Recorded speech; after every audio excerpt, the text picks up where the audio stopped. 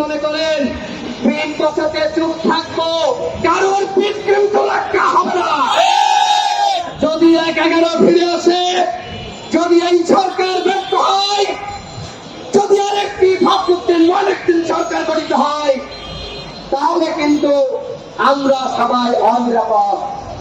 অন্যতম নেতা যিনি এই গণঅভ্যুত্থানে আটক হয়েছিলেন, 10 দিন রিমান্ডের পরে যখন কোর্টে উঠানো হয়, তিনি বলেছিলেন এই সরকারের 90% পতন হয়ে গেছে, 10% ধাক্কা দেও।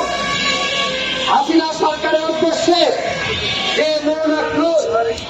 এই ধরনের ঘোষণা দিলেন, আমাদের অসংখ্য নেতা কর্মী গ্রেপ্তার হয়েছে, রক্তাক্ত হয়েছে, শহীদ হয়েছে। আমরা এই সরকারকে ক্ষমতায় বসিয়েছি। আমরা বারবার বলছি এই গণঅভ্যুত্থানের সরকার আমাদের সকলের সরকার। আমরা যারা গণঅভ্যুত্থান সংগঠিত করেছি, সেই গণঅভ্যুত্থানের সরকারের আমলে যদি নূরকে আক্রান্ত হয়ে রক্তাক্ত হয়ে ঢাকা মেডিকেলের আইসিইউতে কাটাতে হয়, যদি আমাদের নেতা কর্মীদেরকে হাসপাতালের বিছানায় কাটাতে হয়, সেই সরকারকে কোনোভাবেই কি গণঅভ্যুত্থানের সরকার বলা যায়? বন্ধুগণ, এই সরকার পদে পদে ভুল করছে। আজকে গণঅভ্যুত্থানের নায়কদেরকে রক্ষা করতে পারছে না। আজকে হয়তো লোকজনকে আক্রান্ত করা হয়েছে, আগামীকাল কিন্তু আপনার পালা।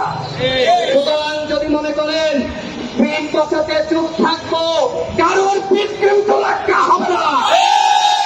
যদি ১/১১ ফিরে আসে, যদি এই সরকার ব্যর্থ হয়, যদি আরেকটি ভাবমূর্তির আরেকটি সরকার গঠিত হয়, তাহলে কিন্তু আমরা সবাই অনিরাপদ।